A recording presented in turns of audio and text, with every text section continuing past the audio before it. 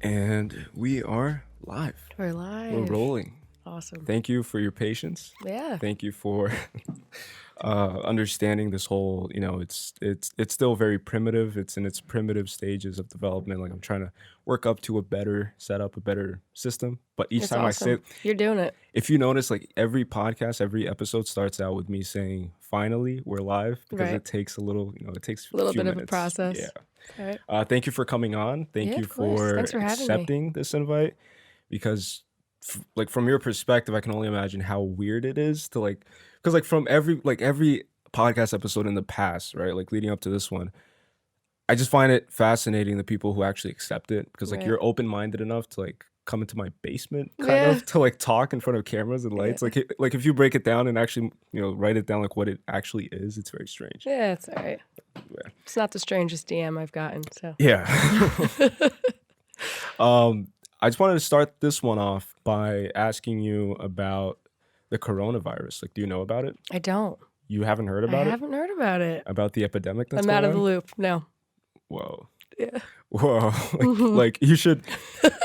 I should watch the news more often. No. Like I don't want to advocate for watching the news, because I don't watch the news myself. Like I don't believe in. It's just too much negativity all the time. You know, Right. it's just consuming your mind.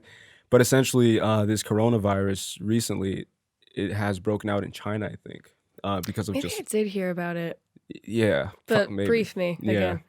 Again, it's like I don't even know too much about it. Like they're still trying to understand it, but basically it comes from just like this conglomeration of just meat production, or this meat farming thing, village in China where it broke Interesting. out, and now it's a flu, and now it's spreading throughout the world, and China's basically trying to play it low key, like they're trying to say nothing's it's not Everything's fine. it's nothing too big, like you shouldn't be worried about it. Right. But they're quarantining various different cities, and they're telling people don't travel to China or some shit like that.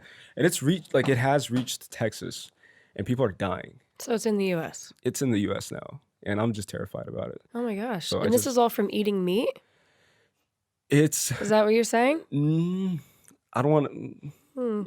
We don't know. See, we don't know, to be honest. I think it's That's from unsettling. dead animal carcasses. I think that it just spread from one animal to Right, another. right. And it's just, what would you do if this developed into a zombie apocalypse? Do you think you would survive it?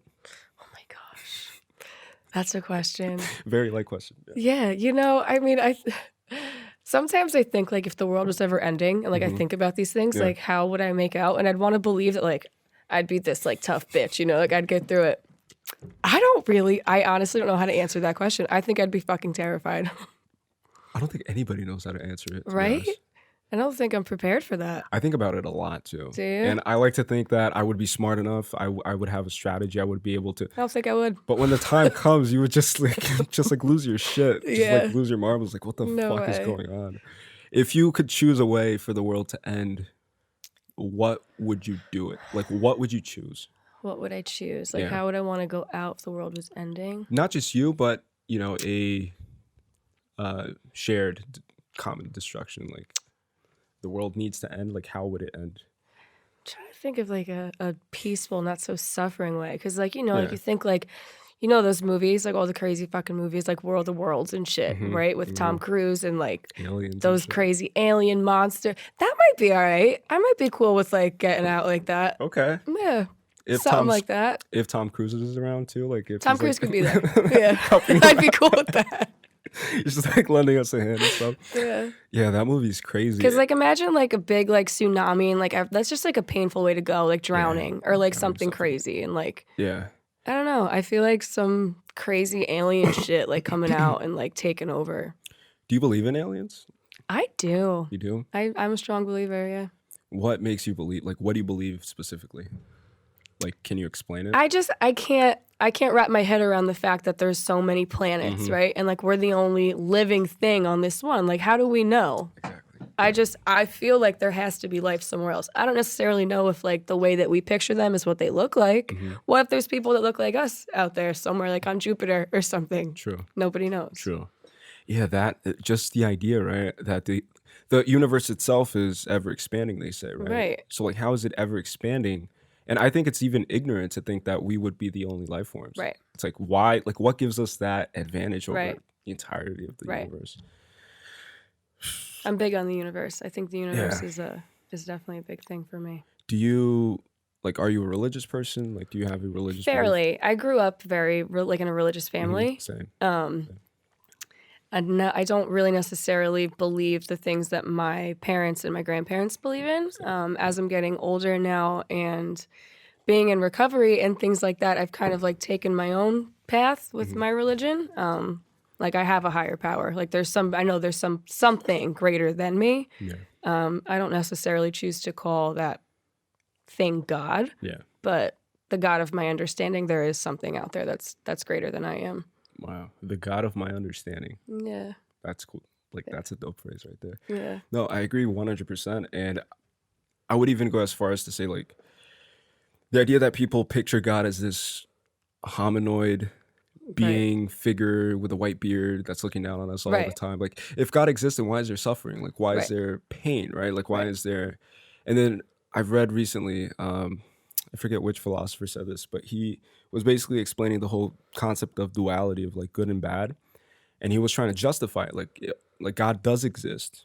And then someone questioned him, all right, so if God exists, then why is there evil in the world? Like why does evil exist, right? If there's an overwhelming, overarching good, then why is there evil? And then his response to that is that God is allowing for free will and freedom of choice, I guess, he said. So if there's no good and bad, then there's no freedom of choice and will. So so you don't have the willpower to choose. Right. So giving you choice is a part of his master plan, I guess. I like that.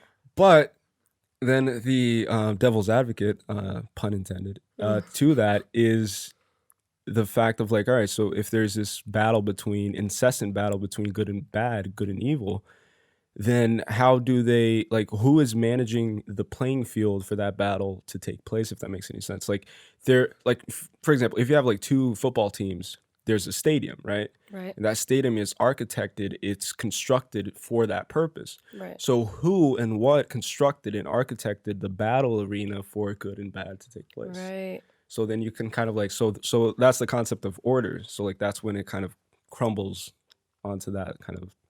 Interesting. Yeah, so I don't believe in God either. Yeah. I believe in a higher force. I believe in a higher energy, maybe, you know. Right. And at different times throughout your life, I think you can communicate with that. Absolutely. And it communicates with you if you yeah. allow yourself to listen, I think. Yeah, absolutely. So you briefly touched on recovery, right? Right. Do you care to like briefly explain like what that means? Sure. Like I am in recovery. I actually just celebrated 6 months. I saw that. Yeah. Yesterday. Yeah. So, yeah. So, yeah, I mean, recovery, I'm sober. I don't drink. I don't do drugs. I had a long road with a battle with those things for a long time.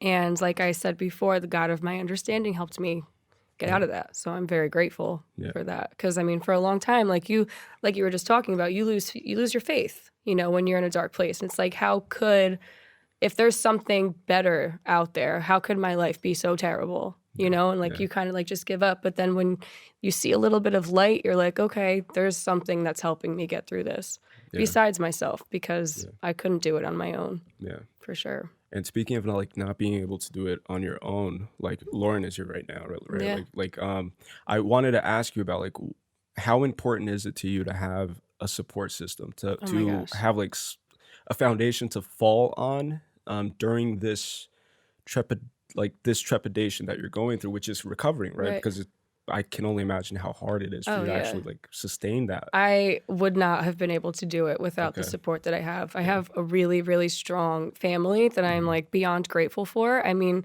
for a long time, I pushed them aside because I had my self-will, and I'm like, my self-will is stronger than anybody else's. Like, but I needed to give that up, and I surrendered. And you know, I'm grateful for my parents, my brother, my sister-in-law. I have a couple close friends. Like, without them, like I don't know how I would have done it. I'm very, very fortunate. Yeah. And what made you make that decision of like taking that step towards recovery? Like, was there a specific moment, maybe a tipping point, or maybe a day that you just looked yourself in the mirror and said, no, like this is it? Yeah, I've had a lot of bottoms. I've hit a lot of Okay. rock bottoms in the past couple years.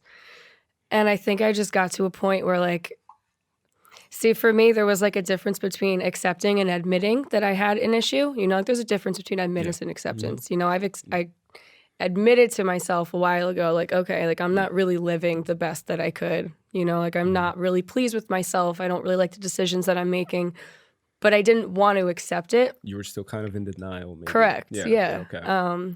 And then I think once I kind of like, I don't know, there was just a night where I was just kind of like in a really, really dark place. And I'm like, I kind of just threw my hands up. And my brother's actually in recovery as well, like 5 years, 6 years now. And I kind of just called him, and I value his opinion the most out of anyone in my life. And he kind of just said, yeah, I think you should go get some help. And I took it and I ran with it. And it's the best thing I ever did for myself. Wow. For sure. And that's so crazy to me, like how you actually had within arm's reach, like a idol or a person that you can actually look up to. Yeah. And I think that a lot of people who, like they know deep down inside, just like you said, like they admit that they're at that position and they want to seek betterment, but it's kind of like they look around and then they're surrounded by people who are maybe even deeper into that situation than they are. And so it's kind of like, all right, so where is north? Like I have no sense of direction. I have no moral compass here. Like, what do I do? And then your own brother just like extended his hand and said, no, let's go. Wow, that's crazy. For the longest time, I tried to justify everything I did. Like, That's another thing, I mean, like, it's like, this is bad, but like, it could be worse. I could be like that. I could be on that drug, or I could be homeless. You know what I mean? So anything I could do to justify how I was living, I did until I was like, okay, like, you have to stop justifying. Just pull it together. Yeah. Justification, right? Justification. And also, I think that when it comes to like addiction, for example, like so my is it my grandfather on my mom's family, on my mom's end, he passed away due to alcoholism. So it's cool. Like it's been I think like 20 years since that happened, and I was like 2 years old when he passed away, so I don't even remember it. And like, I just started thinking about the idea of like, it's, how do I put this? It's like the consequences of something, yet you're still willing to, derail yourself from what is obviously better than that consequence. And you're like consciously walking down that road, knowing that at the end there's just like a steep cliff dive, and you're gonna fall into your death. And still, people justify it. People like keep telling themselves, no, but while I walk there, I'm gonna be able to be happy. I'm gonna be able to be free. I'm gonna be able to do what I want, whatever. But then you reach that impending and inevitable jump, and then that's when people want to wake up, but then it's kind of too late, which I find sad. It's like, it's literally the definition of insanity. Yeah, being an addict or an alcoholic. Like you just keep doing the same thing, hoping that something different is going to happen, but nothing. It just gets worse every time. Yeah.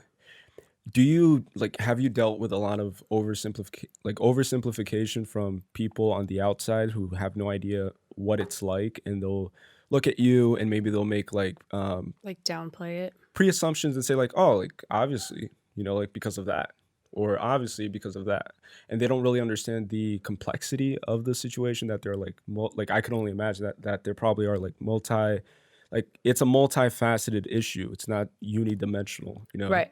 So there's like different factors that led you down that path, I would think. Right. I mean, there's a lot of people that don't understand. I mean, I think like you can always look at somebody else's life and like want to pass judgment and like say, okay, well, like, why don't you just stop, or why don't you just get help, or why don't you just leave that relationship, or why don't you just walk away, or all these different things, but that's why, like, for me, like, it's a journey that like I'm taking by myself, because I have family and friends, but like I can't really explain the feelings that I truly feel and like why I did the things that I did, or why I'm doing the things that I'm doing now. It's just, I don't know. There's been a lot of situations and instances in my life where people didn't really get it, and I've tried to get sober before, and I've had people like, oh, you can just have a beer, like it's all right, like No, it isn't all right for me to just do that. Unfortunately, I can't. Yeah. So a lot of people don't understand, but Yeah. I have a lot of support people that do. So That's 100% true.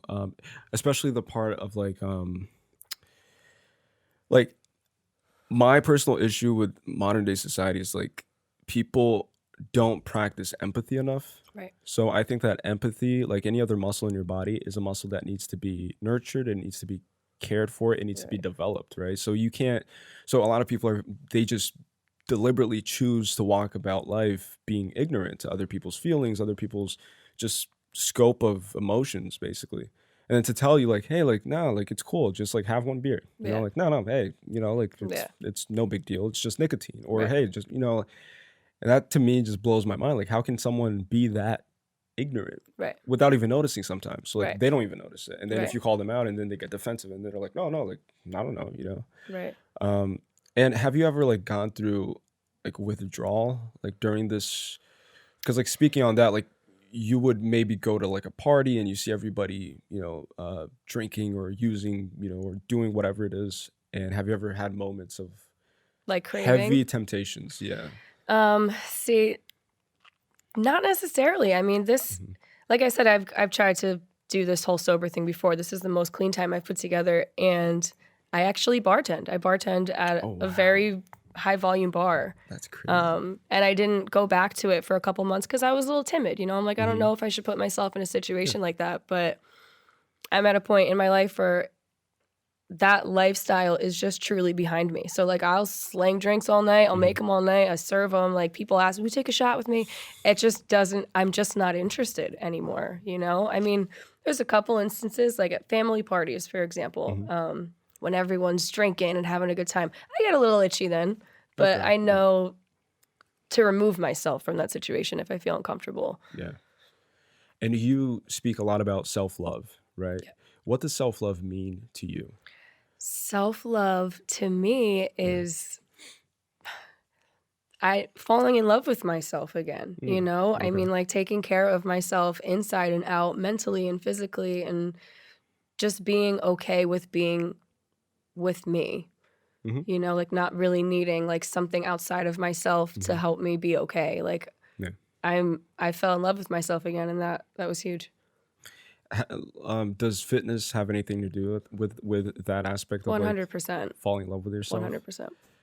I couldn't like fitness. I think I saw this too recently where they said that any form of addiction, right? Like the best way for you to, I guess, overcome like any even bad habits, like be it addicted to, I don't know, addicted to leaving your towel on the floor, Right. Or like like biting your nails. addicted to stuff biting like your that. nails, yeah, like any little trivial thing is to substitute it with something better.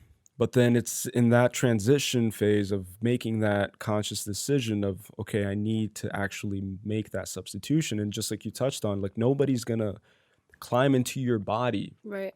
and make that happen for you. Right. So people can cheer you on, they can do whatever they think is productive for you, but you're the only one that's actually going to be able to determine the effectiveness of that outside input, if that makes any sense. Right. So like Right. the input and output, and that's why I really respect the fact that like you're actually like diving into self-love and developing that self-love. And I think that that's the biggest substitute, the way I see it from like an outside perspective. Right. Obviously, like I don't know, but from an outside perspective, it's like, oh, so that's the substitution, and that's the most powerful one that you can make, basically. Because like no, like some people may, I don't know, like, oh, like I'll just cure it with spending money. I'll just buy a car. I'll just keep buying clothes. I'll just like, and then that's Don't get me wrong, I like to shop.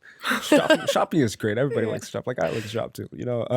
But they'll just be in that like phase of denial, maybe, of like not looking inwardly. Right. So it's just you pursuing another evil, Right. but it's just clothed differently. Right. And I use that because of shopping. So Yeah. I'm just full of puns, basically. So I'm I just a like pun it. guy.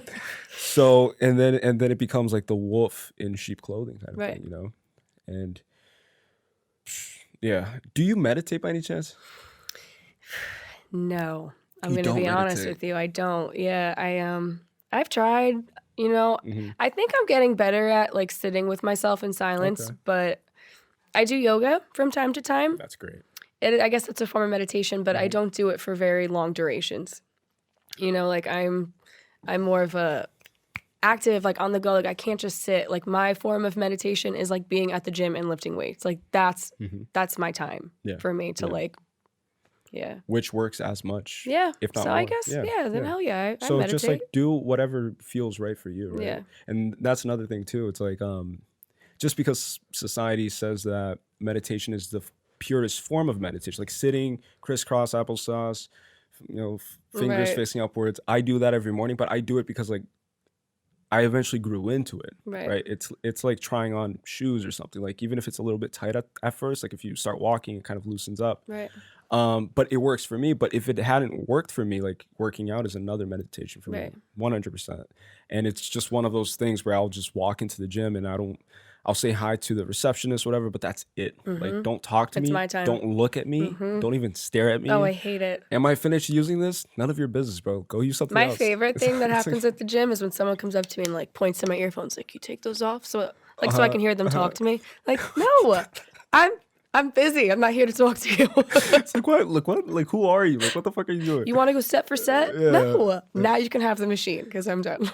What's your opinion on, because I asked, I think it was Nicole, what's your opinion on being hit on at the gym? I can't. I mean, I typically make myself look fairly unapproachable. Like, I think that I just like put on the mask. Yeah, like just like, do I look nice? Probably not. So like, don't come up to me. So I actually don't really have that problem too often. Oh wow. Yeah, okay. I don't make eye contact. Like if I feel you looking at me, I'm not looking back at you. Like I'm here solely to work out. Please don't bother me. Yeah. And if someone does come up to me, I politely like tell them to fuck off. Oh, so you're still polite about it? Yeah. Yeah, but if they persist and then you eventually say, fuck off, bro. Yeah. I'm gonna call the cops. Pretty much. Okay. Someone call the police. Yeah, I'm gonna call the police.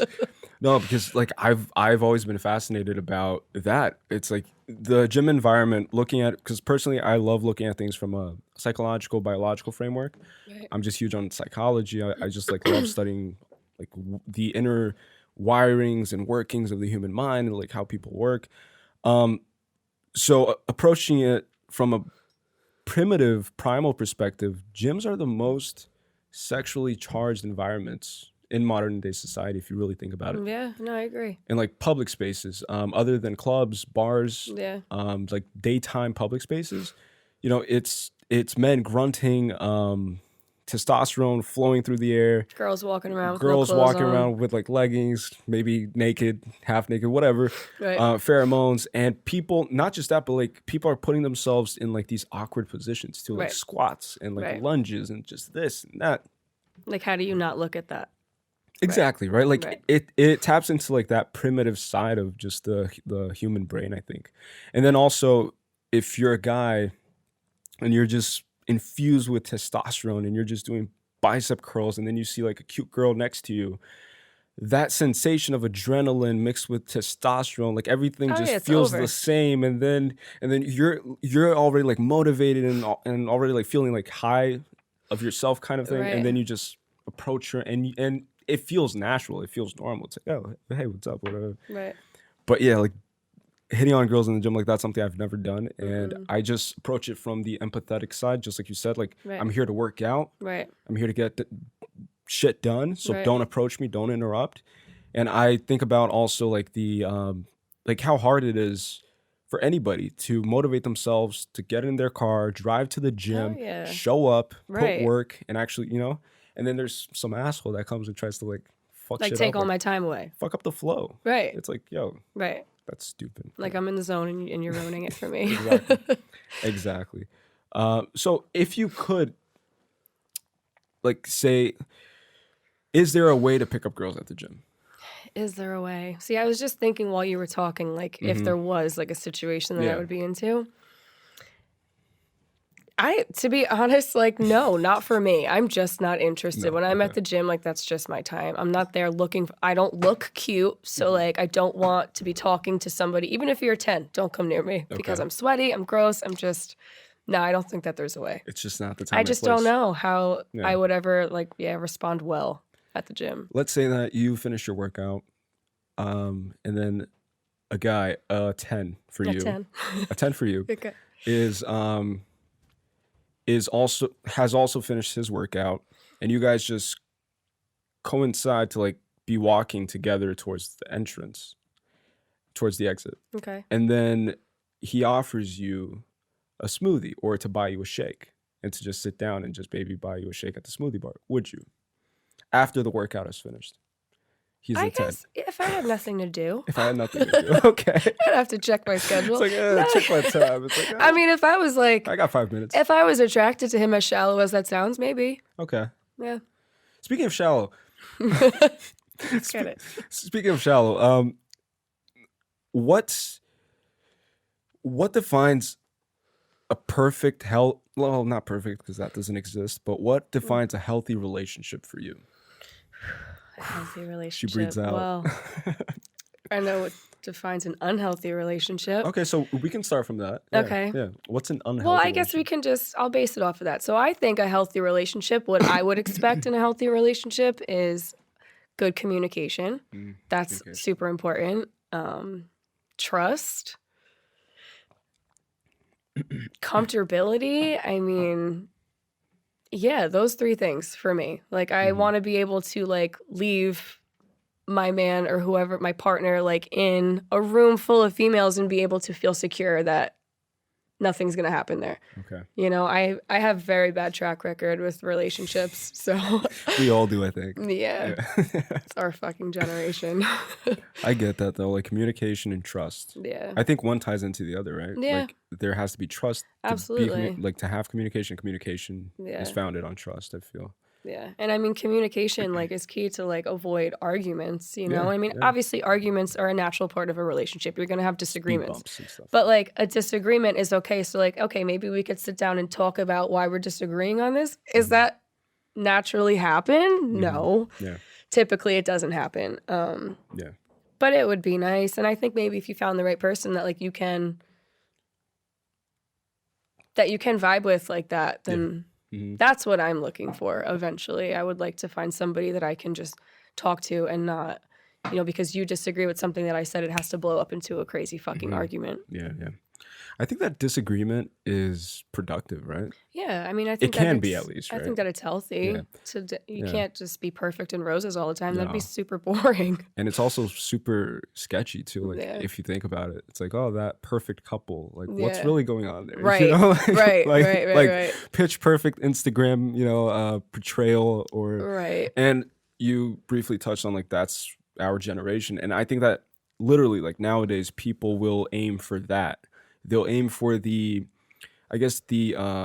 exoskeleton of a relationship rather than the interior. Like they'll focus on the facade rather than the interior of the house. Right. So they don't build the house; they just build a facade, and then they portray it on social media. Right. And that's enough. Thank you. Literally, that's what it is, though. That's what it is, and that's what frustrates me because like they're. Like you can sit down with one of those couples and like go on like a third wheel date or whatever, and you'll see that they have like virtually nothing in common sometimes. It's empty. It's empty. just a shell of a relationship. Like y'all look nice out here, but then there's nothing actually inside. Yeah. Like there's no growth. Like there's no substance. Yeah. I feel. And the only way, in my opinion, to actually develop substance and grow as people individually or with a couple or with a partner, rather, is through discrepancies of like ideologies of like ways of thinking, disagreements, and then building off of that, because I think those things are inevitable. Like the negatives of a relationship that people avoid. Like people want to avoid a fight, and they'll kind of sugarcoat everything and just kind of put it on the back burner. Right. But it eventually catches up. Oh, of course. And once it does, right, explodes. Right. Which is no good. No. I recently had in the poll that I did, I think it was the last poll or maybe the one before that, a friend of mine, she asked for us to talk about cheating. So she stares at Lauren. Lauren's in the back. Shout out, Lauren. Hey, Lauren. Lauren's just chilling at the bar.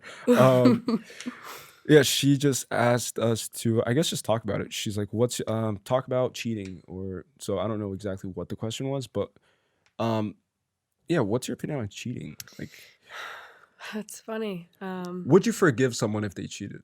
Let's start with that. Now I would not. Now you wouldn't. Okay. I was in a relationship where I did several times.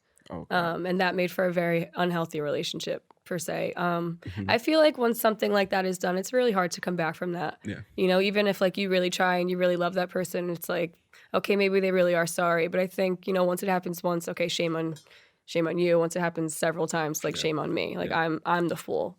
I think that cheating is just a dirty thing to do. If you have attraction to another woman or man or whatever, then you shouldn't be with the person that you're with. You know, like let them go and then go do freely whatever you want. Why do you feel the need? And I feel like a lot of people get high off it, honestly. Like, I can see that. Yeah. I know that people, I don't like cheating. I don't think I don't think that it's good. Have I done it? Yes, I've cheated. Okay. I have. Am I proud of that? No. Was I remorseful? I was.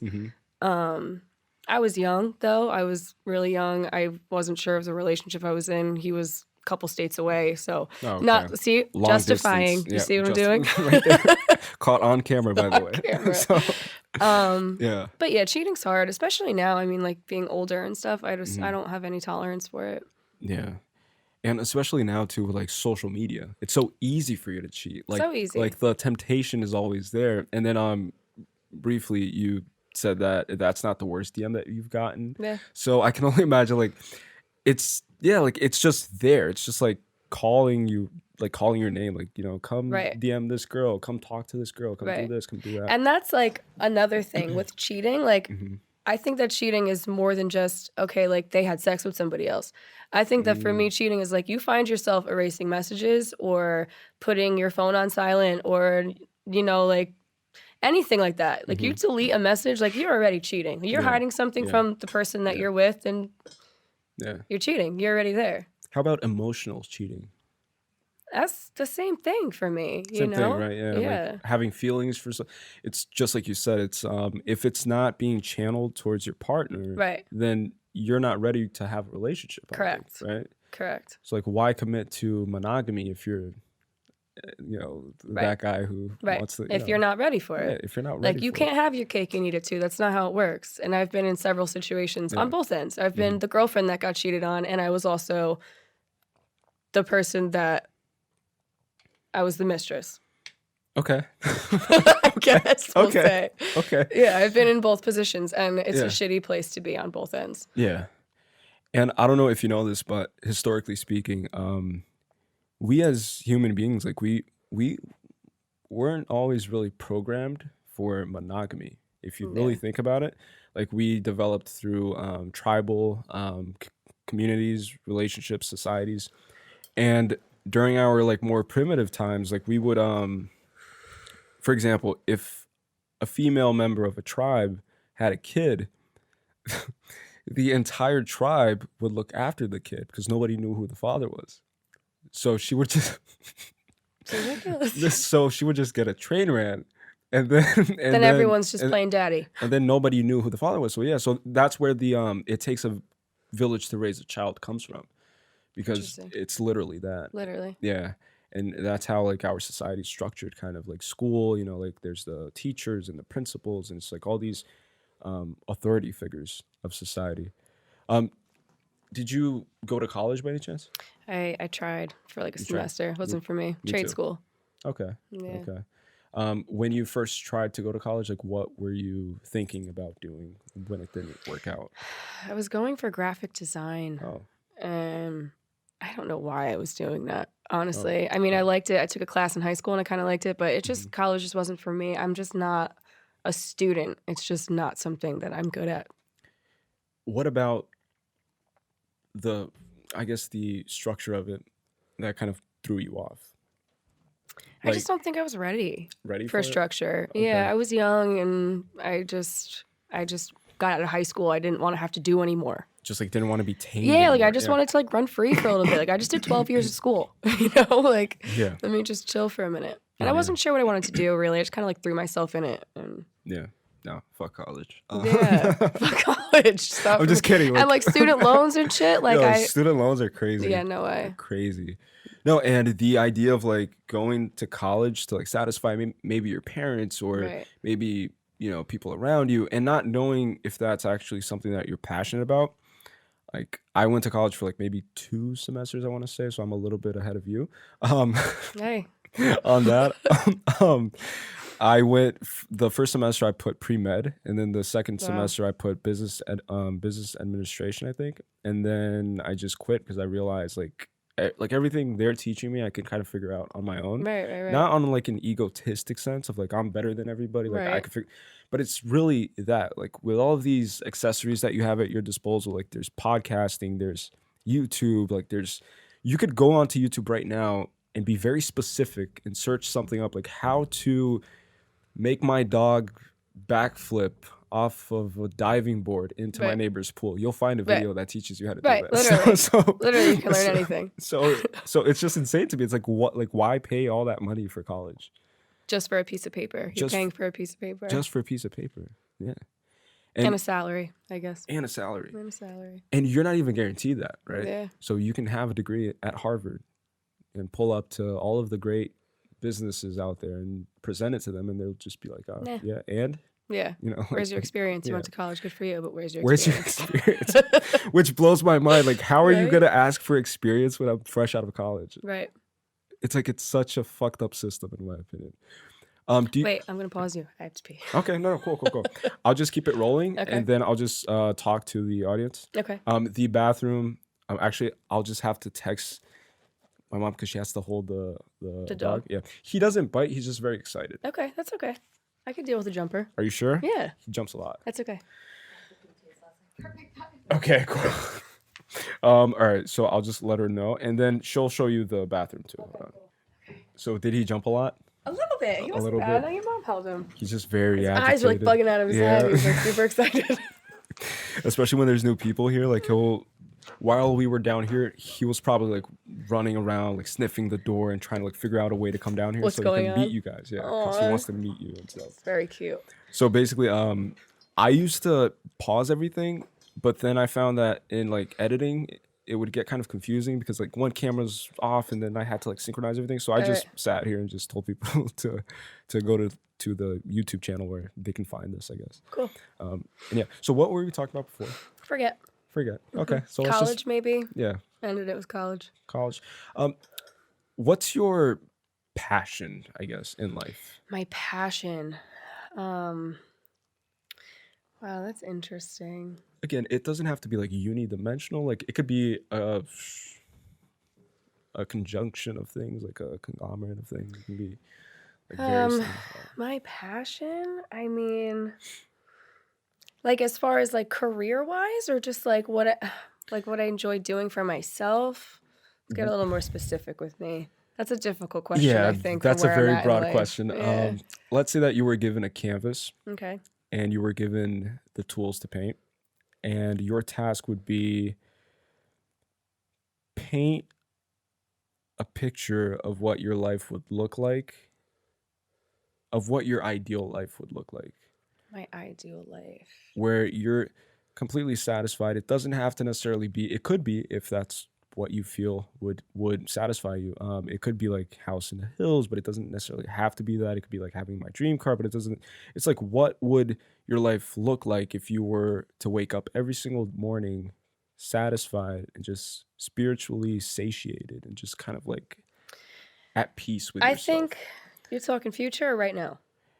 It could be 5 years from now. It could be 10 years. If you're at that place right now, awesome. See, I'm That's at a it. point in my life where I'm just kind of taking it one day at a time. Okay. Like I have to do that Yeah. because if I start projecting and then Yeah. I don't meet the things that I'm projecting, then I get super disappointed in myself. Yeah. So I try to just live in the present moment. Got it. So if I were to paint a canvas of what I'm passionate about right now, I think I'm at a really selfish point in my life. And I think that that's necessary for me. And I think it's necessary for a lot of people to take some time to be selfish, you know, in a healthy way. So I'd probably just paint myself, honestly, because, you know, for the longest time, I've always depended on like a friend or a boyfriend or my father or my mother, for example, to like kind of like help me, like carry me through. And I just want to be independent. And I feel like I'm finally meeting that goal.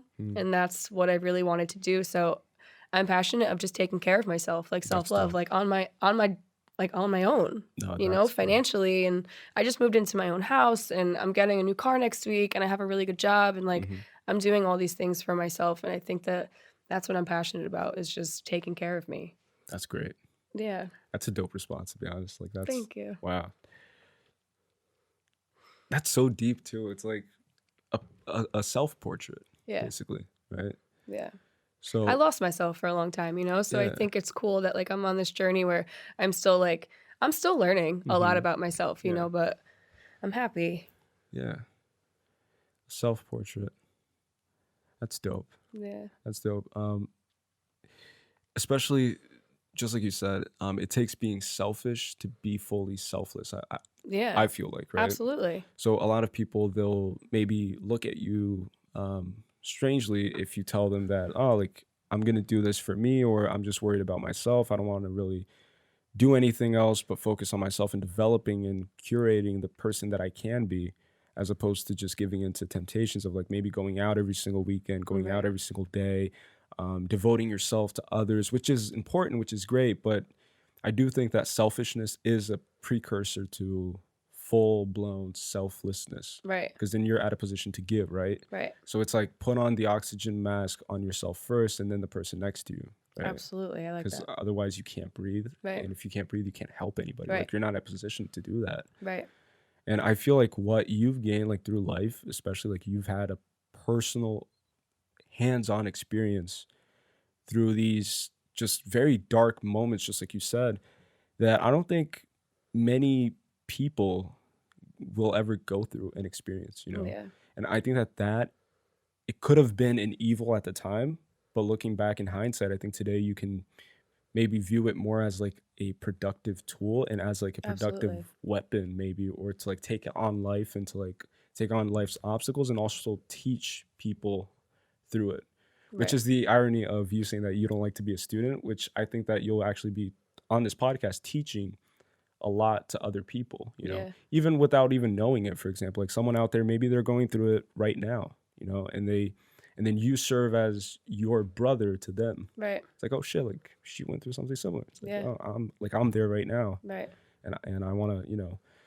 Something I've learned along the way is that it's never too late to be good again, you know, like good for like what you believe good is. Yeah. Because for a long time, like I was really close to just kind of like giving up. I'm like, that's it. But like, I knew that there had to be something more, you know? So I kind of just, I'm like, let me give it one more shot and just see like what the fuck I can pull out of myself to make things be good again. And I'm really glad that I did. Yeah.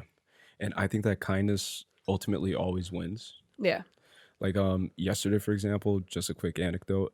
Yesterday I went to get a haircut and it was raining outside and I parked my car far away from the barbershop. So I had to kind of like sprint to the barbershop and it was raining like super heavy. And then I paid for the meter, for the parking meter, and I used my credit card. And then I just kind of paid it rapidly and then I just, you know, took it out, put it in my pocket where my phone was. And then I just started sprinting and then I took my phone out and then I think my credit card, you know, fell out of my pocket then. And then I was kind of like super like paranoid and just frustrated after I got home and realized that, oh shit, my credit card isn't with me. I was scared of somebody like finding it, maxing it out or whatever, and then just having like, you know, troubles. And then so I just called the bank and just asked them to, you know, cancel it, and they did. But after I did that, someone just randomly followed me on Instagram and then reached out, sent me a DM and said, yo, did you lose this or whatever? And then actually offered to, you know, meet up so they could deliver it to me. That's awesome. And it just blew my mind into like tiny little pieces. I was like, holy shit. There's still good people. Like there's still good people out there. It just literally like, I spent the whole night just like thinking about that. I was like, holy fuck. And then I told Anton that I would shout him out on this podcast because I was like, bro, like that's awesome. That's so rare. You're a good guy. You're a good guy for doing that. Like that's, so would you place yourself on like a spectrum between, let's say, cynicism and... You're going to have to define that word. Okay. Yeah, see, like I'm trying to define the question as I say it. Okay. Basically, like, are you the type of person who believes in the good of humanity, or do you believe more in the inevitability of chaos and destruction, and then those few roses that you find in the field are the ones that maybe sustain that little sense of hope? Or are you the one that thinks like, oh, like everybody is a rose, but then the world kind of destroys them? Does that make any sense? It does make sense in a way. I'm kind of just going to dissect it how Okay, I perfect, hear perfect. So I think what you're asking me, like, is everyone good until something happens that makes them bad? Yeah, sure. Okay, so that's kind of like trust until I can't trust you, or like let me earn your trust, kind of similar. I think that everybody has their own path of life, right? So for me, I think that it's inevitable for the path that you're going to take, because I think, I'm not sure how I'm going to explain this one. It's I'm a hard having tough question even time. asking it. Yeah. I'm going to just do it for myself, because Yeah. I think that I was a good person for a long time, and then I got lost in the sauce for some bad things, and that made me a bad person for a little while, but I don't think I was necessarily a bad person. I think I was just caught up in bad ways. So I think that everybody, yes, okay, so in retro, I think everyone is good unless something happens to them that turns them a little bit sour on life. I don't think many people are bad people. I try and view people as good people, you know, unless like you're running around murdering everyone, then like, all right, you ain't really a stand-up person.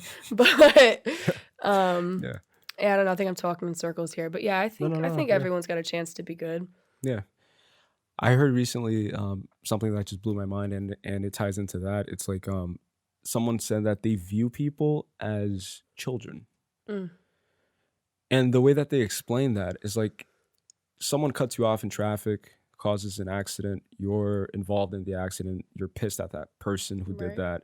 Let's say it's a 50-year-old fat guy who's just very, just a shitty person. He gets out of his car. Just a miserable guy, hates his job, his wife's cheating on him, he has a lot going on. And then he takes all that frustration out on you and gets out of his car and wants confrontation. Instead of looking at that guy as the 50 or 40-year-old, I forgot what I said, guy in that predicament, in that reality, you would view that guy as like just a child that just got fucked. Like just his childhood was fucked. His growing, like his development, his nurturing, like, and then trying to like see like the deep stemmed issues that person may or may not have. That's why I think it's hard to judge people. Like you can't judge a book by their cover, because you don't truly know like what's making that 50-year-old fat guy so miserable. Like maybe he was molested his entire life growing up, and now he can't stand to look at himself in the mirror because of something that somebody told him repeatedly over and over again. Like for people that are in abusive relationships, let's take that for example too. Okay. And let's say a girlfriend is like just constantly breaking down her boyfriend about like his looks and things like that. And then the relationship ends, and now this person is just completely miserable and insecure. So they kind of take it out on the next one, So that's why I feel like I don't think people are born bad. I think things happen, and then they just become miserable, and don't. I don't know. That domino effect, right? Yeah. It's like abused becomes the abuser. Right. And that's how it goes. It's like the codependent triangle. You know the codependent triangle? No. So there's like the victim, there's the martyr, and then there's, what's the third one? We can Google the perpetrator. Oh, okay. Cool. Yeah. So it's like, the person, you want to Google it? Yeah, for sure. Let's pull it up. I learned about this, and it was super interesting to me about it's the triangle. Called the codependent triangle. The codependent.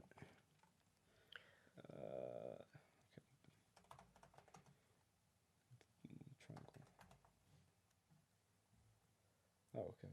Let's find a more vivid image. Victim. Oh, it's persecutor. Well. Can we expand this maybe?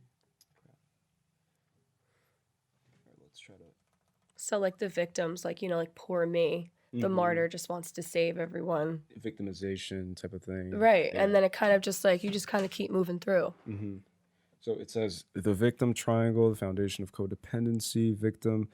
I actually wear glasses. I'm blind as a bat. Do you want me to read it? Yeah. Okay, so the victim, they're helpless, poor me, self-pity, they blame others, substance abuse, right? And then there's unclear boundaries on all of them. Yeah, I remember learning that too.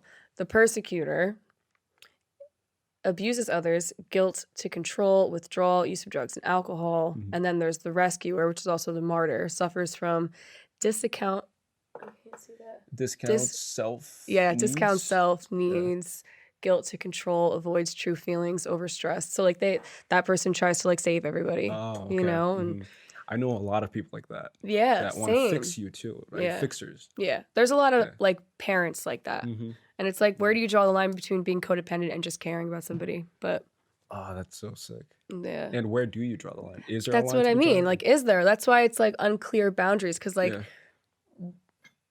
when I was labeled as codependent, you know, and I didn't really understand that. But once this was all explained to me, I kind of got it a little better. But I've played every point in this triangle at least once in my life. Wow. At least once, yeah.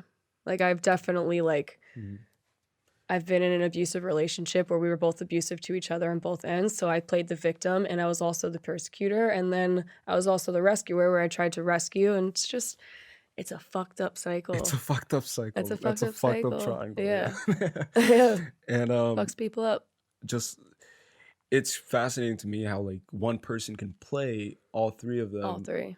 In different phases of their lives. So Right. so it's not like marrying one and just being that forever. It's like you can alternate between them. Yeah. Oh, that probably fucks up like your sense of like positioning, right? Right. It's like it's almost as if like if you imagine that triangle as a roller coaster, it has its ups and downs, but it never stops. Like it keeps going. Like it goes up, it goes down, it goes upside down, and then you're like you want to get off, but you don't really have any sense of direction anymore. Like you're just lost. Yeah, Damn, interesting stuff. That's insane. And I'm a huge believer of just how people, they tend to, how do I say this? I have a lot of these moments where like, it's there. It seems clear in my head, but then once I try to verbalize it just doesn't come out. Trust me, I get it. I believe that people, for example, if you are a person who has low self-esteem, right? The way I view society, or the approach that I also have, is like that person that depicts and displays themselves as being overtly something is generally almost always overcompensating for something else. Of course, I agree. For the opposite. I agree 100%. So the guy who walks into the gym, who portrays themselves as having life figured out, they have this insane level of confidence. They have this insane level of their demeanor, the way that they walk about the gym, like they,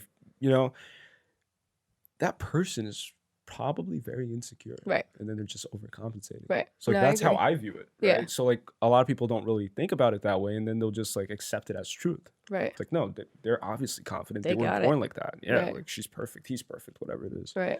And so that applies to everything. It's like, it's the suppression of reality and then conjuring something, a subjective reality that you make objective to other people. Does that make sense? Kind of. Let's do that one more time. One more time. Let's see if I still remember it. Okay. It's the repression of subjective reality, right? Your reality that's subjective to you, right?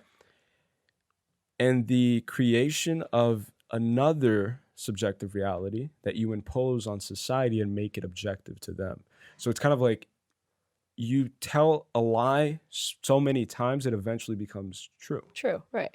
So I think that's what a lot of people do. Yeah. They'll just keep telling themselves that too. So it gets to a point where you're staring yourself in the mirror and it's a completely different depiction, but you've just been so accustomed to seeing that image that you're just eventually like, oh, okay, so this is us now. Right. And you don't even remember who you were before. Right. Mm-hmm. So I think I also like to say, people don't like, a lot of people aren't courageous enough to stare themselves in the mirror. So they'd rather and prefer that someone else draws them a picture of who they are. Right.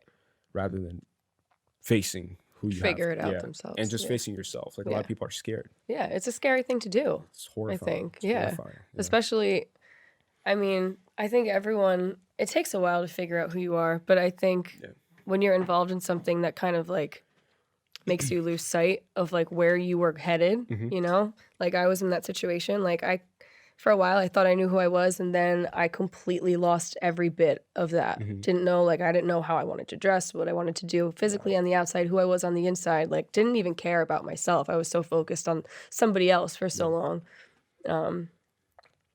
Yeah, it's tough figuring out. Do you think that you ever figure it out, like throughout life? Do you think that anybody ever figures out who they are? I think it's an ongoing journey. It's an ongoing I journey. really do, because I think I believe that people can change. Ooh, I that's a really good topic. do. Okay. Yeah. Why do you think that? I think that because I know that I personally have. Like Okay. it's a personal experience for me. So I believe that like if I can change from where I was, like why can't somebody else do that? And I've seen it. I've seen people change in my life that I've been close to. Do I think that everyone is capable of wanting to change? Like there's some people that I think, how am I going to say this? I think that people can change if they want to. But you have to want it, and you have to put the work in. It has to come from an innate Yeah. place, right? Yeah. Like you can't just do it because of like outside temptations or just outside need of validation. Right. I think that validation cripples a lot of self-development. Right. Like that to me is, especially with social media, it's just exacerbated now because everybody wants to Be what they see. go to the gym and be better and stuff because you're going to impress people that follow, you know? And then you have all these motivational speakers, and I'm very careful as to like not tread on those lines. Like I don't want this podcast to be motivational because I think that's corny and it's just cheesy. I hate that shit. Like I don't hate because I don't really hate anything. Like things just are to me. Right. So I like looking at things as a dichotomy, but at the same time, just a one thing. So like something happens to you, it simply happens. Your human construct and your just construction of that reality in your head, basing off of your emotions, on your needs, on your agenda, makes it bad or good. But objectively, it just happens. Right. So it's up to you to like make it good or bad. So like that's how I view it. But so again, like I don't want this podcast to be like motivational per se, but I think that like everybody nowadays, like they just want to claim that they have the answer to everything. Yeah. So you'll go on social media, you'll find someone who can help you make $1 million, someone who can help you become a Buddhist, someone who like knows the path, right? So it's just that story framework of like there's the protagonist, he finds a guide and he reaches the goal. So everybody plays the guide, but nobody wants to play the protagonist. Right. So like that's why I find it insane. Like it just blows my mind the fact that you're willing to come on here and be vulnerable enough to just express your story, right? Yeah. So you're being a protagonist right now. You're not being, and a guide.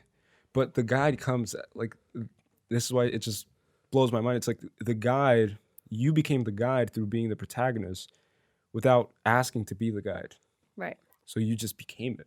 Yeah. As opposed to everybody else who sets out to become the guide. Right. And then they just lose themselves because they don't know who the fuck they are. Yeah.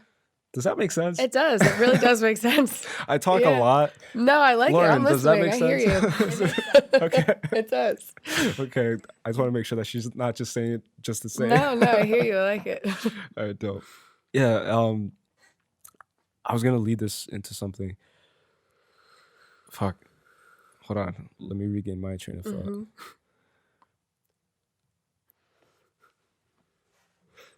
Holy shit, fuck.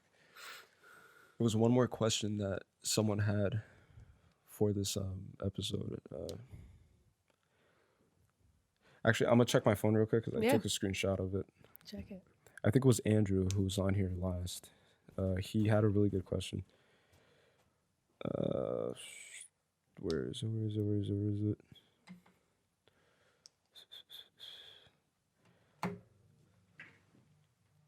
Oh, okay. It's what was the greatest sacrifice that you have, like that you've had to make in your journey thus far? The greatest sacrifice that I've had to make in my journey thus far. Oh man. Very small, simple question. I've had to make a lot of sacrifices.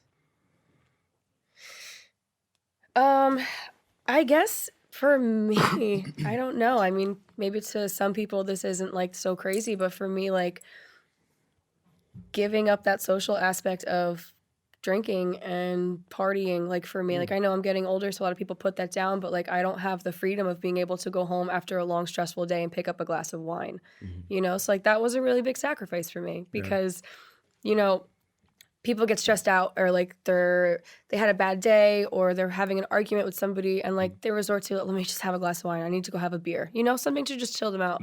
I don't get that escape anymore, which is a choice that I made and I'm okay with that. But that was a sacrifice for me to give that up. And so all of these feelings that like I feel, I have to feel them. I don't have the option to numb them out or tone them down with anything. That's deep right there. So just because something that I read somewhere that like really resonated with me, just because I carry it well doesn't mean it's not heavy, you know? And I think that I portray that like I'm fine, you know, but there's a lot of shit that I carry around and like I don't get to escape that anymore. Yeah. Which for me is cool. Like it's I've been hiding a lot of stuff for a long time with drinking and drugging. But so, yeah, I mean, I guess that was a sacrifice that I had to give up. I mean, there's times where I'm like, it would be nice to like kick back and be able to just have a fucking glass of wine, but it's okay. So basically bringing your demons into light and facing them head on, basically. Pretty much. While everybody else neglects them and suppresses them. Yeah. With that glass of whiskey, that glass of scotch, that you know, glass of wine. Right. After a long day. Right. Like instead of like folding it up and being able to put it away for a while, like I just deal with it. Open it up and that's just it. Press it against your face. Right there. Yeah. You said you're like you feel things now. Yeah.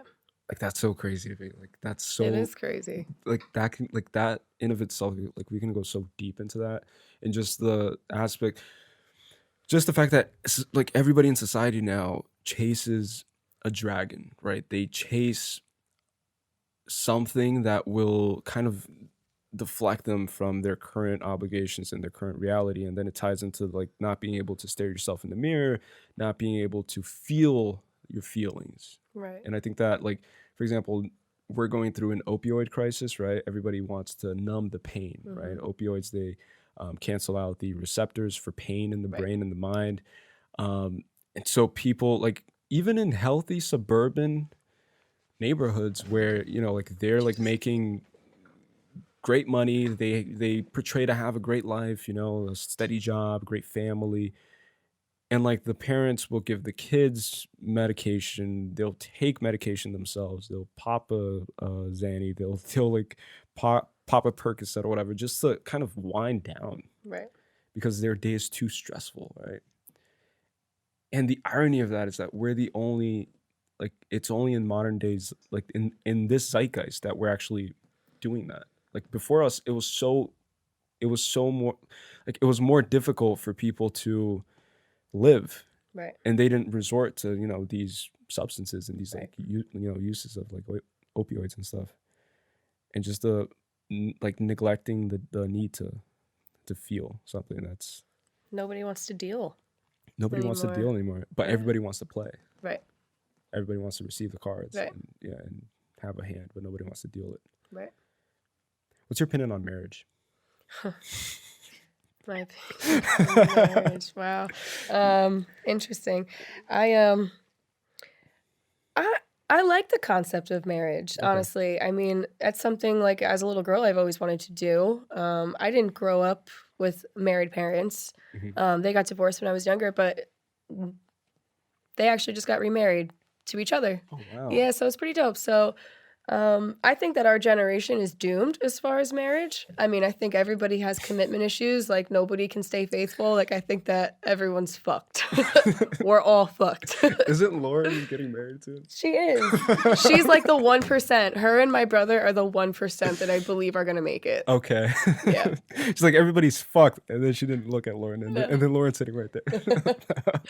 Yeah, I don't know. I mean, I want that fairy tale life. Like, I want that fairy tale wedding and, like, you know, the house and, like, the good husband and the kids and all that. But I'm a lot of my friends are married already and have kids. Okay. Most of them, actually, like 90% of my friends. But I'm not there yet. I'm not even close to there yet. And I beat myself up about it. I'm like, why am I not? I don't even have a boyfriend that I'm serious with. I'm not even close, you know? Yeah. But that brings me back to being selfish. I'm on my own time clock. And like, if it happens for me, it happens for me. If it doesn't, then that's okay too. I want to be able to be comfortable with myself before I'm ready to give that to somebody else and like lock it down. Yeah. So however long that takes, then that's okay. Do you feel kind of like peer pressured maybe of like seeing all of your friends getting married, everybody, and then just maybe subconsciously even like giving into that temptation or to that idealized utopian ideal of like the prince and the princess living happily ever after? Yes. Like, yeah, right. Yeah, I feel like was I telling this to my mother maybe? I feel like I'm almost like rushed to catch up. You know, I feel like I missed so much of my 20s are like a blur to me, really. You know, like I spent it in a really unhealthy relationship. I was high or drunk for most of it. So like in those times, all my other friends were like doing productive things, like meeting a good person, like settling down and having babies. And I just feel like I wasted a lot of time. Yeah. So that's why I feel like I'm rushed. Like I have to like hurry up and catch up to them. But then I have to take myself back to reality and tone it down a bit. Like, it's okay. Like, I'm a firm believer in everything happens for a reason. I really, truly believe that. Like, I had to go through all that shit to get where I am now. Otherwise, I don't really know where I would be. And that's okay. But I feel like I'm at a point in my life where I'm supposed to be here. And whatever happens from this point forward, then it happens. And you're a better person because of it. Absolutely. Right? It's like, it comes back to that question of, if you could go back in time, would you change something? My answer to that, like that's a very hard question because obviously there are things that you would want to change, right? Like if you're a rational human being, you're like, oh, that was just atrocious. I would 100% change that. Yeah. But who you are right now derives from that experience regardless. Right. So like if you change that, then it changes who you are today. And would you? Right. I feel there's a lot of things that I look back on that I'm disappointed in, I guess we'll say. Like, I feel like I've made a lot of poor choices. I made a lot of decisions that maybe I wouldn't have made if I was in a better state mentally. I've done a lot of things that I'm embarrassed of, to be honest with you, that I feel like I wouldn't necessarily do if I wasn't in the state that I was in. Do I wish that I could change things? No, like you said, like I am who I am now, and I'm okay with that. Maybe I wouldn't have taken such a long time to get where I am now if I didn't do some of those things. But I can't beat myself up about that because these are things that happened and like it happened and I'm here now and that's okay. And you can't control it. No, because what am I going to do? Sit here and be like, well, what if and what if? And you know what I mean? I'll never like, get anywhere. Write a book about all the mistakes. Right. I'll just be constantly living in depression and I don't want to live in the past. I want to just keep it going. Yeah. So. And just like dwelling on what already happened. Like, I can't understand that. Right. Like, and like I've unpacked and lived in the past for a long time. Like I've just sat and like lived there. Like what the fuck could I have done differently to have changed this situation? Like there's nothing. Like it happened and you have to accept that and you have to keep it fucking moving. But that was you facing your demons, right? Because you forced yourself to be in that position to face them, right? Yeah. Yeah. Scary place to be. Scary place to be. But it helps. It's 100%. All part of growth, you know? I'm a huge believer of like anybody who aspires to, I guess, just catapult themselves into a different level personally, be it in personal development, be it in relationships, be it in just any sphere of your life, like you have to go through this very dark and fucked up place. Oh, yeah. Like you have to go. People want to go to heaven but aren't willing to die. Right. So I think that you need to die. That's why I feel like, not to like toot my own horn, but like, you know, I feel like there's people that have just been living on the straight and narrow their whole life. Yeah. And that's great. But like, I've seen a different side of life that like that person hasn't seen. So like, I don't know, like, I don't know how to explain it. I'm very grateful for all the struggles and the dark places and the things that I've seen and I've gone through and I've been through and like those bad choices that I've made because now I have that experience to like look back on like, no, I did that and I know that I don't want to do that again. And it shaped me and molded me into the person that I am. Person that's been on that straight and narrow their whole life, like they never had that opportunity or chance to like, you know, like I don't really know how to explain that properly, but no, yeah. You kind of feel me. And then you now you have a better appreciation for things that maybe they don't Right. have, because they don't Right. have, they're not in a position and they don't hold the arsenal that you Right. have now, because Right. you've developed a substantial arsenal, right? So Right. you're prepared Right. and equipped for many things in life. Right. And then the fucked up thing is that those people who are on that straight and narrow path, any little earthquake or any little imbalance will just not catapult them. It'll just degrade them down Right. into like maybe a steeper hole than you were in. Right. So even if your hole was like not as steep as theirs may be, and you stayed there much longer than they did, like you lived in there. Right. So like you sat in there, like 100%. you meditated in there, Right. and they'll fall into a steeper one, and then that's where, you know, I don't know, like stock exchange crashed, and then people were jumping and just killing Right. themselves, and not, you know, 9/11 or whatever. Right. So, and then people just take drastic measures as opposed Right. to yourself. Like you'll recognize, like Right. there's a sense of recognition and familiarity with pain once you've sat and kind of just stayed there for a bit, Right. because then you don't see pain as pain anymore. It's just a inevitability. It gives you a strength that I feel like a lot of other Yes. people don't necessarily know, you know, because 100%. some people like view like, you know, sitting with a therapist or like going Mhm. away to a rehab or things in that nature as like a sign of weakness. Mm. For me, I think that like personally, and for anybody else, because I've been down that road, that takes a strong person to want to like go and better themselves. Like I don't think that like, oh, like person's going to rehab because they're on drugs all the time. Like, no, they're going to rehab because they want to get their shit together and better themselves. And like they've seen a darkness that you don't even know anything about, you know? So like people on the straight and narrow, I feel like are very quick to judge. Yeah. And I feel like people that have been down a really ugly path are a little more empathetic for people that, you know? Which is ironic if you think about it, right? It is. It is. Because it takes going through that for you to actually develop that empathy and think, oh shit, Right. maybe they went, like, it's so much pain that you wouldn't wish it upon anybody else. Right. And then you're just more careful in analyzing Right. if that person has been there or not. Right. Yeah. And then also negative connotation towards seeking help, right? Yeah. It's like you're going through, I think it was Chris Evans, he said that everybody should have a therapist. Yeah. So I agree. the guy's a superstar, A-list celebrity, you know, wealthy, this, like he's at the top of like the top, right? And if that person says that everybody should have a therapist, then I think we should listen, Right. Because he's witnessed, you know, every possible level of fame, wealth, success, you know, like everything. And then even once you get to that, because like the way I see it is like everybody in society, well, most people, not everybody, but most people, they strive towards this utopian goal that is sold to us through the Hollywood machine, right? So it's like propaganda. It's like telling you that you should, again, it comes into like Disney and fairy tales and stuff. So relationships, it romanticizes. So the world around us romanticizes things that they promise us will bring happiness. But then they do that for their own benefit and Right. purpose. So they want to mislead us from ourselves. And then they kind of like dangle that piece of treat, and then we forget about treating our own Right. self type of thing. Right. And so I think that, yeah, like facing yourself in the mirror and focusing on yourself, and then Right. later you can develop that It happiness. like ties self-love back into it. Self-love, you know? yeah. It's really, self-love is really fucking important. It is, yeah. And the definition of happiness for me, I think everybody has their own definition, but for me, it's the level of expectations. So I think you briefly touched on just setting unrealistic expectations and then setting yourself up to fail because of those standards and expectations. So if you establish reasonable expectations and feasible goals, palpable goals, then the chances of you sustaining a level of happiness is much greater than establishing these utopian ideals Right. and then looking around, seeing all your friends getting married, all your friends having kids, Right. and them questioning you, hey, Amanda, when are you gonna, when's your wedding? When's Right. this? When's that? It's like, why? Like, Right. just let Amanda Let do me her live. thing. Right. Let her figure it out. And nobody has anything figured out if you really think about it. Like everybody wants to be the guide again, but nobody really knows. Right. Like, what is this?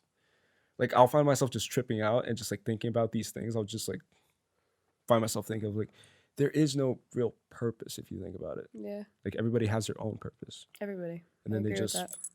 portray it on other people sometimes. It's like, Yeah. we're doing this and it feels right, so you have to do it now. Right. Amanda, do it. It'll make you feel good, I promise. And Right. then you do it, and then you look at them, it's like, hey, I don't feel like you promised. Good. Yeah. Where is that feeling? Right. It's because you're different, because you're you. Everyone's got their own thing. Everybody has their own thing. Do I talk a lot? I like it. I'm very interested. No, you're killing it. It's good though. That's actually one of the reasons why I wanted to have a podcast. It's just like I want to see if just like I told you, like I'll have these things in my head and then I verbalize them. I just want to see if I can like make sense to people. Yeah, no, and you do. It's like, yeah. Lauren, do I make sense? You make sense. Okay. I'll just like occasionally check in with Lauren just to make sure. So is there like any specific topic that you want to talk about that you feel would, I don't know, like what's one thing that you feel is often neglected? Maybe, all right, let's put it like this. During your initial recovery phase journey,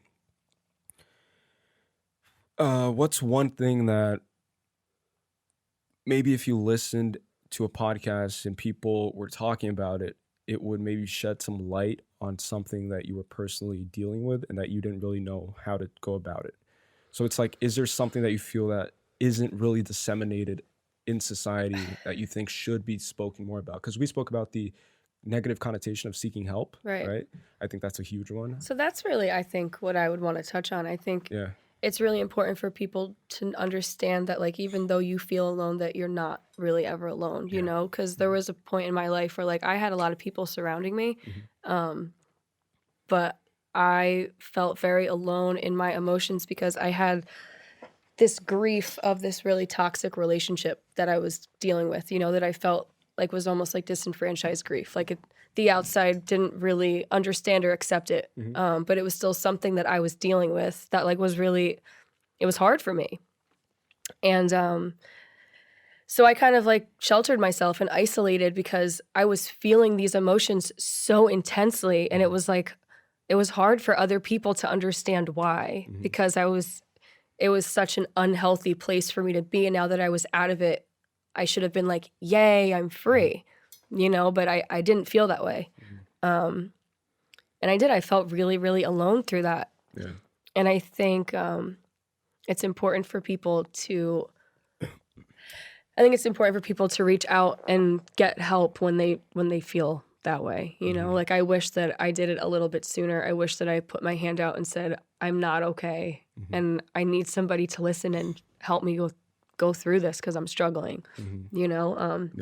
Getting a therapist is important, or just asking for help. Like, somebody, there is always at least one person that cares about you enough that will listen, even if it sounds like repeated bullshit, you know? Sorry, I got a little emotional through that one. Thank you for sharing that. I mean, just feeling alone in a crowded room, right? Yeah. It's like feeling alienated because, and then also kind of blaming yourself for that. Yeah. It's like, why can't I connect to these people? Like, you'll look around into your family, laughing, having fun, your friends, and then you question yourself, like, am I normal even, right? So you bring about this topic of like normalcy, of contemplating normalcy. And I think that leads people further down this black hole. It's like, you shouldn't feel ashamed for being human, for being imperfect, right? Especially in a society that markets perfection. You know, social media markets perfection. You'll follow influencers, you're perfect. And then you start just questioning yourself, like, fuck, like, why am I not like that? That's so powerful. Yeah. Just, and, you know, for like a person that like a lot of people want to know or like be around, you know, like that's, a lot of people want to be around me. And like, you know, I have a pretty decent personality and stuff, but like deep down inside, like when you're feeling so awful and alone, doesn't matter how many people are surrounding you, like you just still feel by yourself. Yeah. It's a terrible place to be. And I think that even translates to like, even if you are successful in something, and then people outside look at you and say, oh, but you're successful, so you must be happy, right? And then even you, like, but you're in this position where you don't feel fulfilled. I think feeling successful and feeling fulfilled are two completely different things. Oh yeah, no, I agree. And yeah, just not being able to understand that. Like people on the outside can't ever understand that. Yeah. And one of the things that I briefly touched on in one of the last podcasts is like how fascinating it is that no matter how hard anyone tries to replicate you, like they could copy you down to like the color of the tip of your fingernails or Okay. whatever, right? It's like it's a clone. Right. They could clone you. Mm-hmm. But even by cloning you, they'll never really replicate you 100% Right. because you're the only person that went through those experiences, those unique set of experiences. And I think that you sharing that, like somebody out there will definitely resonate with that, and they'll actually like, you know, maybe take that step, and maybe you'll be that voice in their ear that they never had, just like you said. Right. And that will kind of validate their need to like seek help and like actually better themselves. Like, hey, like you can actually do it. And that to me is the purest form of motivation. And it's not like some like cheesy bullshit like, oh, like you could do it, whatever. It's like it's actually real because it's sustained by something real. Right. Something that you can't buy, you can't Photoshop, you can't. Right. Yeah, that's powerful as fuck. And I think that like it's important for everyone to accept and understand that everyone's feelings are valid.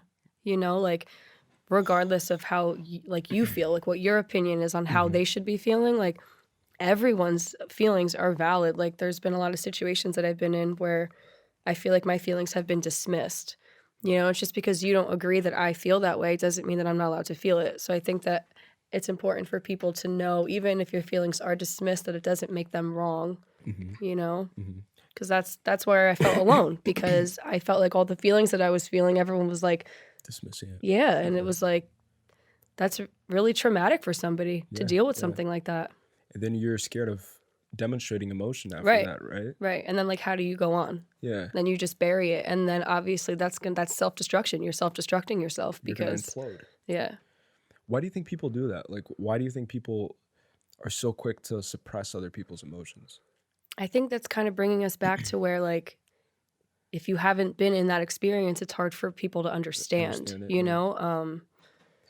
But that's why I wish people were more open to things, you know, like just because you've never lived with an alcoholic or a drug addict, or because you weren't one, or because you weren't in an abusive relationship, or you weren't the abuser, anything like that, situations like that, doesn't mean that it's not real. Like these things happen to people, and like these are real life experiences, and no matter how they feel about it, that's how they're going to feel about it. I don't know. It's no. Yeah. I get it. You get it? Yeah. Okay. No, yeah. I think that also people will go about their lives thinking of themselves as protagonists of their own movie. Yeah. So it's like the world revolves around them kind of thing. And then it ties into empathy. It ties in because I think empathy is at the root of everything. Like if you want to accomplish anything substantial in life, what would you recommend for someone? I guess what would be the first step? Let's create this hypothetical scenario. Let's say that someone out there right now listening to this is in a abusive relationship, but not abusive in like they're being abused. The person is abusing themselves. So they're in a relationship with someone who's, you know, battling demons, or not even battling demons, but suppressing them. And they're just, you know, maybe they're an alcoholic, maybe they're abusing drugs, whatever. And that person is trying to figure out how to go about helping that other person, knowing that they can get defensive, that, you know, like they're not open-minded enough to helping themselves. So like what would make them susceptible to allowing outside help? What would you think that person should do in a strategic standpoint, I guess? That's a tough one, actually, because I've been on both sides of the spectrum, you know, where like there's someone that I really care about, that like I know that they're lost and they need help. But at the end of the day, I've been on the other side where it's like, I'm not going to really accept help unless I want it. So it's difficult. But like I was saying, like I think it's just important for the person that's struggling and the person that cares about that person that's struggling to let them know that they are not alone, and that when they are ready, that they will be there to help them. You and know, that like they're hearing them too. Yeah, like I hear you. I hear what you're saying. I understand like your feelings are valid, but when you're ready for the help, like I am here. I'm here for you. Yeah. What's your relationship with music?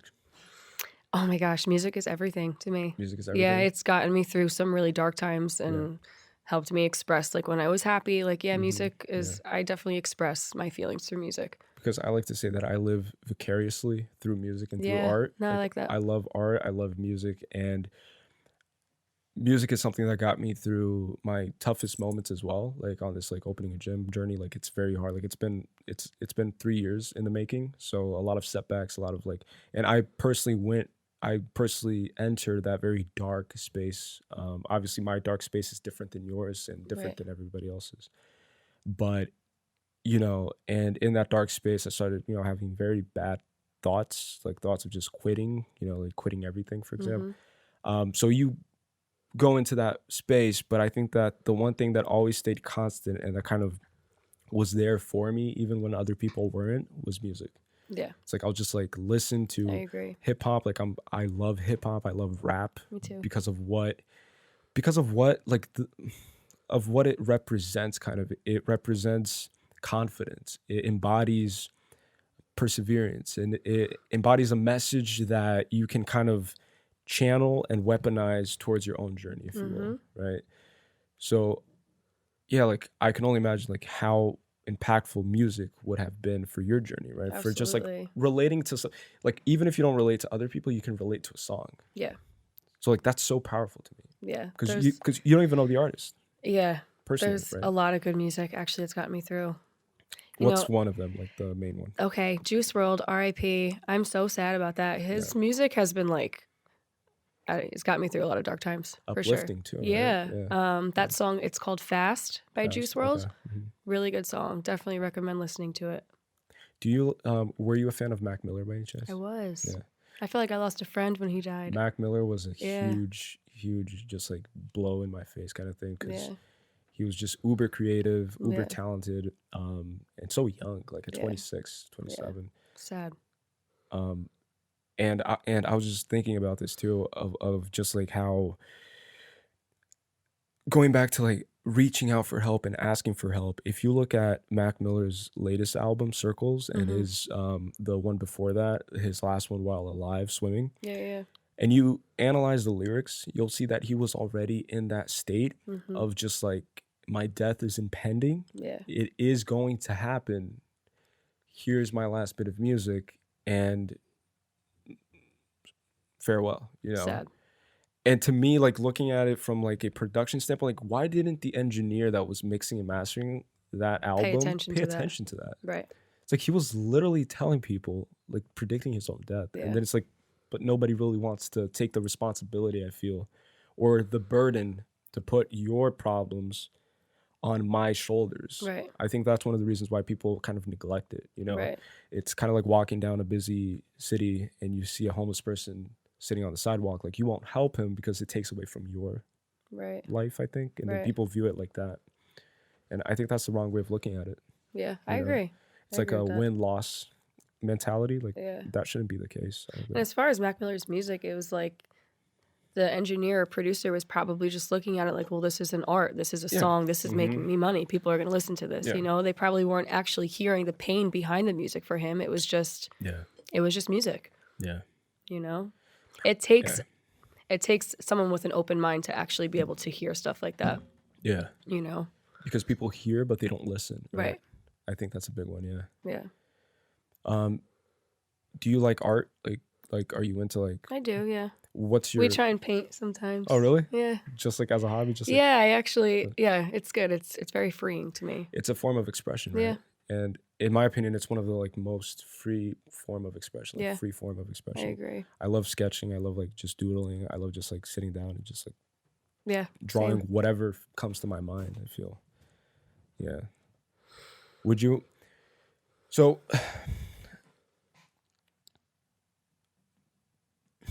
How do I say it?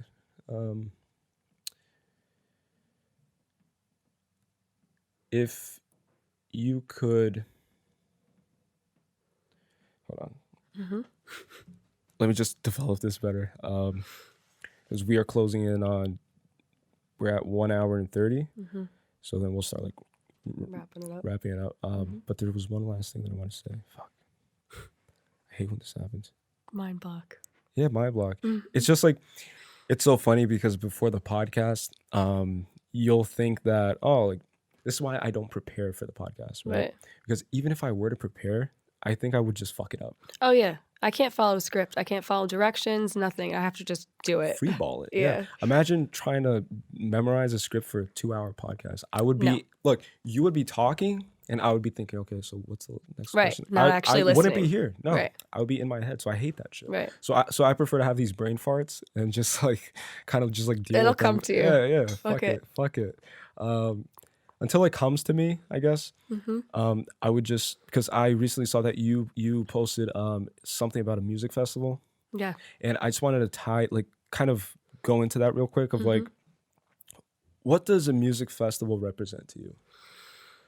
Oh man, a music festival, it's a beautiful experience to me. The first music festival that I ever went to, I went with just me and my brother. Okay. And it was a 3-day music camping festival out on the holy grounds of where Woodstock was, 69. Yeah, it was dope. And we were so unprepared for that, but it was an awesome experience. It was just, whenever you go to shows like this and festivals, everyone just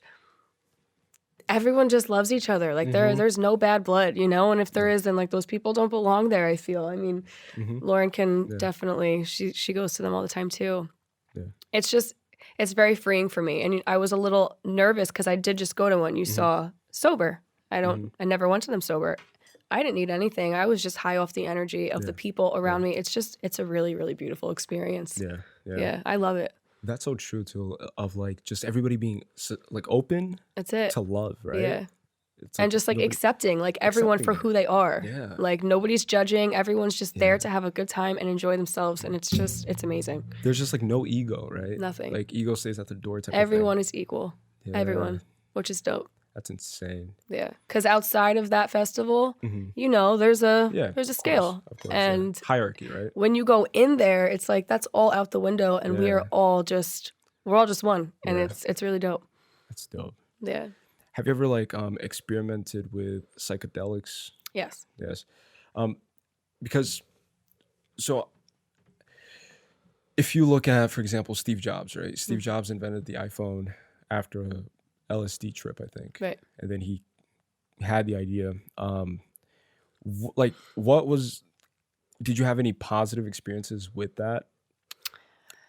Like that maybe altered your life? Because I had a friend of mine on here and he occasionally like tries it out. And he talked about how every time he does it, like it kind of helps him, again, diminish a little bit of his ego and break it down a little bit. Right. It allows you to become egoless. It allows you to look at yourself from a more objective standpoint. Yeah, it's a very, psychedelics are very interesting. Wasn't really my forte, wasn't really my choice. But the first time that I really ever experienced it on a spiritual level, I was alone actually at an electric forest in Michigan. And I kind of I went and I did a little bit of acid and that was the first time that I was okay with being by myself, if you know what I mean. I can't say it's something that I think I'm past that psychedelic thing, but I definitely it was a very interesting experience to do that by yourself. Yeah. Especially by yourself. By yourself. Yeah, that was a crazy experience, that whole trip. Because I listened to Joe Rogan and he talks a lot about DMT. Yeah. And that's crazy. DMT, DMT is crazy. Have you ever tried it? I have. No way. Yeah. Have you really? Yes. Jeez. By accident. By accident? By accident. Someone doped you or something? They were talking about blasting off, and in my head, I'm like, oh, we're going to blow some lines. Like, I didn't know what was going on. And that's insane. The next thing, I'm like, what are we smoking? And I did. Yeah, it was... It wasn't as intense as a lot of... Maybe I didn't do enough. Okay. But it was definitely... intense. It was too much for me. I would never do it again. Wow. It was fucking crazy. DMT by accident. Yes. That's insane. Yeah.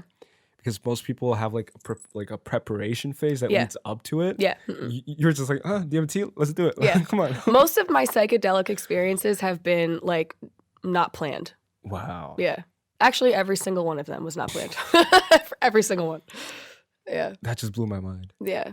Because I've never done like any psychedelics personally, but like I'm just fascinated by the idea of it, right? Yeah. So like I've watched documentaries of people documenting their experience and then talking about the experience afterwards, and it's just like it seems DMT is probably the only thing that I want to try one day. See, but I feel like I have to build up to it and be prepared and just right. open enough for it. You have to have a very open mind to do for sure. any kind of drug that like takes you out of yourself.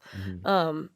For me, I mean, I'm a recovering addict, so the way that I use drugs is different than maybe some people that can have a spiritual experience on acid or mushrooms or something. Like I go 0 to 100. I don't really know how to just chill and relax. So I can't really comment too much on the spiritual aspect. I had a one-time experience with that. It was cool, but yeah. So it has a lot to do with just the mindset that you come into it with, correct. right? And just the preparation and the purpose, I guess, behind the use, right? Yeah. Just like you said, there will be people who will occasionally do it as like a spiritual journey. Like they'll plan those journeys and they'll be like, oh, like once a month we'll, get with friends and just go to the mountains and just try it out, right? Yeah. As opposed I envy those people. Yeah. Those people have a lot of time on their hands. Yeah. To just like, bro, like we're going to plan it out. Yeah. Like that's just too much free time. Yeah. But so we're closing in on 2 hours, and cool. Essentially at the end of every podcast, I like to ask the guest, because like everybody I feel wants obviously the world to be a better place, right? And they want to change it in some substantial way. So I figured, why not try to do something at the end of each podcast where in an ideal society, in an ideal world, that person would have the opportunity to actually do that.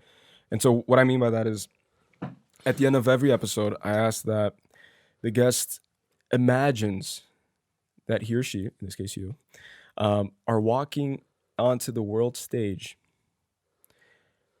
You have the opportunity right now to speak and convey a message to all of humanity. 7 billion people have... It's a lot of pressure. No pressure at all. Just like, casually. 7 million. You're just 7 billion. Oh, better. With a B. Okay. It's not that many. It's not millions. But everybody has a headphone that's plugged in right now, and what you're going to utter into that microphone will be translated into their language. They'll understand it perfectly. And you have this opportunity. Again, don't overthink it, because I've had people overthink it. One person said, follow me on the gram, and that was it. That's it. Because if 7 billion people follow you on the gram, then you're someone now. You're set. You're set. Yeah. So staring into that camera, you have the opportunity now to say, it could be a phrase, it could be a quote, it could be a question, it could be an original thought, it could be anything you want. You have this opportunity. Don't look at me, look at the camera. It's all you. I'm going to say, to tie everything into what I was saying earlier, that it is never too late to be good again. And you are not alone, and you can do it. If you're in a bad place and you're struggling, just reach up and ask for help. And you can do it. And follow me on the gram. So she added both of them together. Yeah. That was smart. You reeled them in and then the hook. That's it. Yeah. Thank you so much for coming on. Thanks so much for sharing. Yeah. Thanks again for accepting this weird invitation to be on it the was podcast. awesome. Like, what's a podcast? Like, what's going on? Like, is it in his basement? That's weird. There's a mannequin right there. Name's Bob. So thank you so much. And this episode will be available on iTunes, podcast, and YouTube. And I'll keep you updated on the whole thing. Awesome. On the editing. And yeah, guys, thanks for watching, listening. See ya. Peace.